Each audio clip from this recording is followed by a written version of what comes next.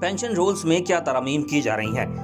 वफाकी हुकूमत अखराजात को काबू करने के लिए असलाहत कर रही है। अब हुकूमत ने पेंशन रोल्स में भी अहम तरमीम की हैं। ऑफिस मेमोरेंडम के मुताबिक शरीक हयात की वफात या अहल ना होने की सूरत में बाकी मानदा अहल फैमिली मेम्बर्स को पेंशन की मुद्दत को ज़्यादा से ज़्यादा 10 साल तक महदूद कर दिया गया है।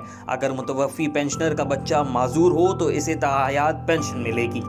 अहल बच्चे की सूरत में अमूमी फैमिली पेंशन 10 साल तक या बच्चे की उम्र 21 साल होने तक मिलेगी। स्पेशल फैमिली पेंशन में की गई तरमीम के तहत पेंशन वसूल करने वाली शरीक हयात की वफात या अहल ना रहने की सूरत में फैमिली मेम्बर्स को 25 साल तक पेंशन मिलेगी। अगर पेंशनर का बच्चा या बच्ची माजूर हुआ तो ये पेंशन ताहयात होगी। इस तरह आर्म्ड फोर्सेस और सिविल आर्म्ड फोर्सेस के तमाम रैंक्स के लिए पहले से मौजूद पेंशनर्स के लिए पेंशन की शरह में 50% का इजाफा कर दिया गया है।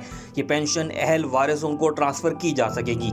तीसरी तरमीम के तहत रज़ाकाराना रिटायरमेंट लेने वाले मुलाजमीन को पेनल्टी लगाई गई है। नई तरमीम के मुताबिक अगर कोई मुलाजिम 25 साल सर्विस के बाद रज़ाकाराना तौर पर रिटायरमेंट लेगा तो इसे पेंशन में कटौती का सामना करना पड़ेगा। पेंशन की कटौती 30% के शरह से होगी, जिसका इतलाक रिटायरमेंट की तारीख से होगा। इस तारीख से 60 साल की उम्र तक की बाकी रह जाने वाली सर्विस पर माहाना ग्रॉस पेंशन पर 3% कटौती की जाएगी। इस तखफीफ की बालाई हद 20% मुकर्रर की गई है।